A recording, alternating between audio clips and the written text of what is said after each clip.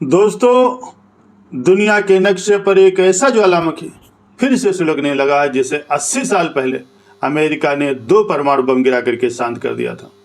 हम बात कर रहे हैं जापान की, जिस देश के संविधान में लिखा था कि हम औपचारिक रूप से युद्ध करने के अधिकार को त्याग रहे हैं। आज उसी देश ने अपना शांति का चोला उतार फेंका। जापान ने अपनी नीतियों में ऐसा खौफनाक बदलाव किया जिसने चीन, नॉर्थ कोरिया से लेकर के खुद अमेरिका तक की नींद उड़ा दी। जापान अब घातक हथियार बना रहा, उन्हें एक्सपोर्ट कर रहा और युद्धपोतों की लाइन लगा रहा। क्या आप यूनिट 731 का इतिहास जानते?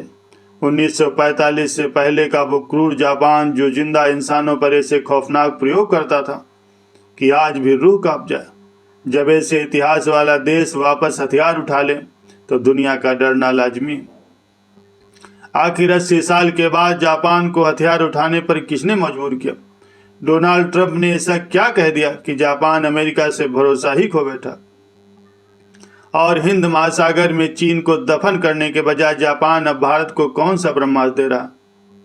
आज की इस विशेष जियोपॉलिटिकल रिपोर्ट में हम एशिया के सबसे बड़े पावर शिफ्ट का पूरा सच आपके सामने लाएंगे, इसलिए इस वीडियो में आखिर तक हमारे साथ बने रहिए।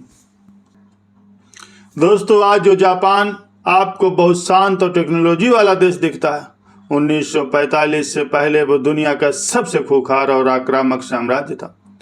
1942 तक चीन, फिलीपींस, इंडोनेशिया और भारत के पूर्वोत्तर तक जापान का खौफ फैल चुका था। युद्ध में जापानी सेना अपनी क्रूरता के लिए जानी जाती थी और सबसे भीभत्स कारनामे थे उसकी खौफनाक यूनिट 731 के। द गार्जियन की 2018 की रिपोर्ट और जापानी दस्तावेजों ने खुद स्वीकार किया कि यूनिट 731 एक ऐसी प्रयोगशाला थी जहां युद्ध बंदियों और जिंदा इंसानों पर जानवरों से भी बदतर प्रयोग होते थे। इंसान कितनी सर्दी बर्दाश्त कर सकता है, ये जांचने के लिए कैदियों को -30 डिग्री तापमान में नंगा छोड़ दिया जाता था और फिर उबलता पानी डाला जाता था। जिंदा इंसान के अंदर वायरस डाल करके संक्रमण देखा जाता था। बिना बेहोश किए जिंदा लोगों को काट करके सर्जिकल प्रैक्टिस किए जाते थे। कैदियों पर ग्रेनेड और गोलियों के असर टेस्ट किए जाते थे। इंसानियत को शर्मसार करने वाली ऐसी क्रूरता जिसके बारे में बोलने भर से इंसान की रूह कांप जाए। जापान की इसी अति आत्मविश्वास ने 1941 में अमेरिका के पर्ल हार्बर पर हमला करवाया। हजारों अमेरिकी सैनिक मारे गए और इसी के जवाब में अमेरिका ने हिरोशिमा और नागासाकी पर परमाणु बम गिरा करके जापान के अहंकार को राख में बदल दिया।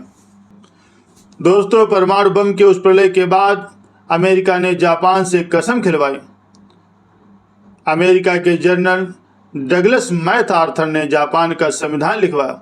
उस संविधान के आर्टिकल 9 में डाल दिया गया कि जापान अब कभी भी सैन्य शक्ति नहीं बनेगा और कभी युद्ध नहीं करेगा। जापान ने 80 सालों तक इस कसम को निभाया। वो दुनिया की सबसे बड़ी इकोनॉमी बन गया। लेकिन आज उसी जापान ने अचानक अपने नियम बदल दिए। जापान ने ऐलान कर दिया है कि वो घातक हथियार बेचेगा भी और एक्सपोर्ट भी करेगा। आखिर ऐसा क्या हो गया कि क्या जापान को ये समझ में आ गया कि अमेरिका के भरोसे बैठना आत्महत्या करने जैसा? आइए देखते हैं कैसे ट्रंप की धमकियों और चीन की साजिशों ने जापान को एक वार मशीन में बदल दिया। दोस्तों, जापान के उदय के पीछे सबसे बड़ा कारण खुद अमेरिका है और विशेषकर डोनाल्ड ट्रंप। जब ट्रंप राष्ट्रपति बने तो उन्होंने अमेरिका फर्स्ट के नाम पर अपने ही सहयोगियों को धमकाना शुरू कर दिया। ट्रंप ने सरेआम नाटो और जापान से कहा, मैं तुम्हारी सुरक्षा पर इतना पैसा क्यों खर्च करूं? मेरे बिना तुम कुछ नहीं हो। जापान जो अपनी सुरक्षा के लिए पूरी तरह से अमेरिका पर निर्भर था, उसे ट्रंप के इन बयानों ने खौफ से भर दिया। जापान को लगने लगा कि जिस अमेरिका पर वो आंख मूंद करके भरोसा कर रहा है, वो किसी भी वक्त उसे बीच मझधार में छोड़ सकता है। और जापान का ये डर तब सच साबित हुआ जब अमेरिका ने जापान और साउथ कोरिया की सुरक्षा में लगे अपने सबसे घातक मिसाइल डिफेंस सिस्टम को वहां से उखाड़ लिया और उसे ईरान से लड़ने के लिए गल्फ देशों में ले जाकर के खड़ा कर दिया। जापान समझ गया कि अमेरिका के भरोसे रहना ट्रस्ट का मामला नहीं है। दूसरी तरफ जो चीन और नॉर्थ कोरिया कभी जापान के गुलाम हुआ करते थे, आज वो महाशक्ति और परमाणु बम लेकर के बैठे। चीन आए दिन ताइवान और जापान को धमकाता रहता है। नॉर्थ कोरिया जापान के ऊपर से बैलिस्टिक मिसाइलें फायर करता है। इन हालातों ने जापान को समझा दिया है कि सुनो, बहुत हुआ सम्मान, अब अगर बचना है तो हथियार खुद बनाने होंगे। और यहीं से जापान ने अंतर्राष्ट्रीय हथियार बाजार में खौफनाक एंट्री मार ली। हथियार बेचने के लिए दुनिया में अशांति का होना बहुत जरूरी है। आज दुनिया में हर जगह युद्ध सुलग रहे हैं और जापान ने इसी मौके का फायदा उठाया। जापान ने अपनी पुरानी नीतियां रद्दी की टोकरी में फेंक दी और सबसे पहले ऑस्ट्रेलिया ने जापान का दरवाजा खटखटाया। ऑस्ट्रेलिया ने जापान के साथ $7 बिलियन की एक महा डील साइन कर दी। जापान अब ऑस्ट्रेलिया को 11 घातक युद्धपोत बना करके देगा और अपनी अति आधुनिक तकनीक भी ट्रांसफर करेगा। जापान की इस तकनीकी महारत को देख करके दुनिया के 17 देश, इंडोनेशिया, फिलीपींस, न्यूजीलैंड, उसके हथियार खरीदने की लाइन में लग गए। यहाँ तक कि यूक्रेन जो रूस से युद्ध लड़ रहा है, वो भी जापान के सामने झोली फैला करके खड़ा हो गया कि सर, हमें अपनी डिफेंस टेक्नोलॉजी दे दो। जापान का नियम था कि वो युद्धग्रस्त देशों को हथियार नहीं देगा, लेकिन अब यूक्रेन भी नाटो के इस पूल में जापान की एंट्री करवा रहा है, जहां से सब कुछ मुमकिन है। लेकिन इन सब के बीच भारत के लिए एक बेहद शानदार खबर आई है कि हिंद महासागर में चीन की नेवी अपनी पनडुब्बियों और जहाजों की घुसपैठ बढ़ा रही। जिबूती से लेकर के मालदीव तक चीन भारत को घेरने की कोशिश कर रहा। चीन के इसी ड्रैगन को समंदर में दफन करने के लिए जापान ने भारत पर सबसे बड़ा डोरा डाला। जापान ने भारत को ऑफर दिया कि अपनी सबसे घातक मोगामी क्लास फ्रिगेट, ये कोई आम युद्धपोत नहीं, ये एक स्ट्रेल्थ क्लास फ्रिगेट है जिसे दुश्मन का रडार पकड़ ही नहीं सकता, लेकिन ये समंदर की गहराई में छुपी हुई चीन की किसी भी पनडुब्बी को खोजकर उसे पल भर में राख कर सकती। इसकी सबसे बड़ी खासियत ये है कि जहां आम युद्धपोतों को चलाने के लिए 200 सैनिकों की जरूरत होती, वही मोगामी सिर्फ 90 सैनिकों से ही काम कर लेती।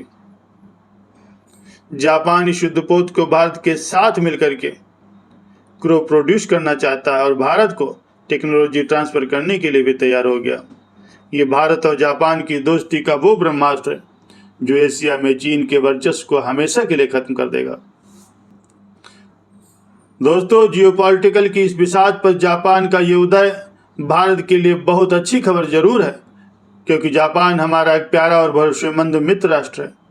लेकिन हमें ये नहीं भूलना चाहिए कि अंतर्राष्ट्रीय राजनीति में जिस देश का इतिहास यूनिट 731 जैसी क्रूरता से भरा हुआ हो, उसके हाथों में दोबारा घातक हथियार आना दुनिया के लिए एक बहुत बड़ा अलार्म भी है। 80 साल तक जो शांति का चोला जापान ने ओढ़ रखा था, अब वो उतर चुका। देखना यह है कि जापान का ये नया अवतार दुनिया में शांति लाएगा या फिर से एक नए विश्व युद्ध की नींव को रखेगा। इस पूरी ग्लोबल जियोपॉलिटिकल रिपोर्ट पर आपकी क्या राय है? क्या आपको लगता है कि जापान का दोबारा हथियार उठाना अमेरिका और चीन के लिए सबसे बड़ा खतरा? और क्या भारत को जापान के साथ मिलकर के युद्धपोत बनाने चाहिए? हमें अपनी बेबाक राय कमेंट बॉक्स में जरूर लिख करके बताइए। इस वीडियो को ज़्यादा से ज़्यादा शेयर करें, इसे लाइक करें और हमारे इस चैनल को फॉलो करना न भूलें। नमस्कार, जय हिंद, वंदे मातरम।